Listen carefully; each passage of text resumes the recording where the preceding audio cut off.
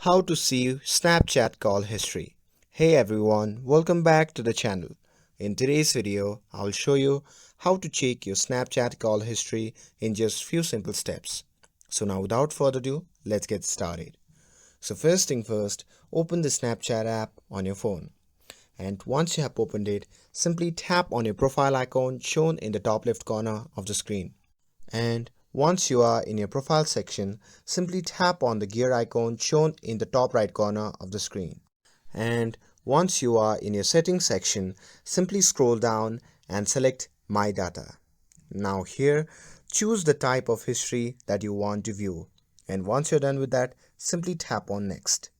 And here, if you really need call history from a specific date range, simply select the date range and confirm your email. And once you're done with everything, simply tap on Submit button to request a copy of your Snapchat data. And after that, Snapchat will process your request, which may take a few hours to a couple of days.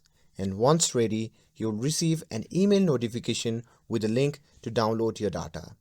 And when your data is available, you can download and review it to find your call history along with other account detail. And that's it.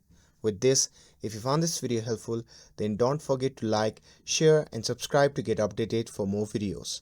Thanks for watching and I'll see you in the next video.